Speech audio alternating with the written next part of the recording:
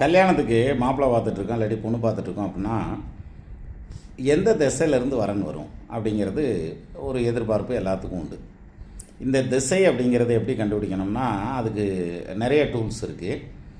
அதில் நமக்கு கன்வீனியண்ட்டாக வரக்கூடிய ஏதாவது ஒரு டூல்ஸ் எடுத்துக்கிட்டு இந்த திசையிலேருந்து வரன் வரும் அப்படிங்கிறத கண்டுபிடிக்கலாம்.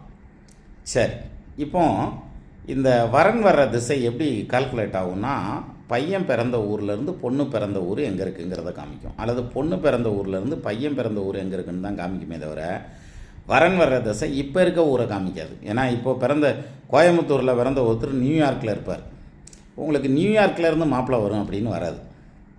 சரியா? சரி, இப்போ எப்படி இந்த திசையை நிர்ணயம் பண்ணுறது அப்படின்னா, லக்னத்துக்கு 7ஆம் இடத்ததிபதி அல்லது 7ஆம் இடத்துல இருக்க கிரகம், இந்த ரெண்டில் எது வலுவாக இருக்கோ அந்த கிரகம் எந்த வீட்டில் உட்காந்துருக்கோ அந்த ஸ்தானாதிபதியினுடைய திசையிலிருந்து வரன் வரும்.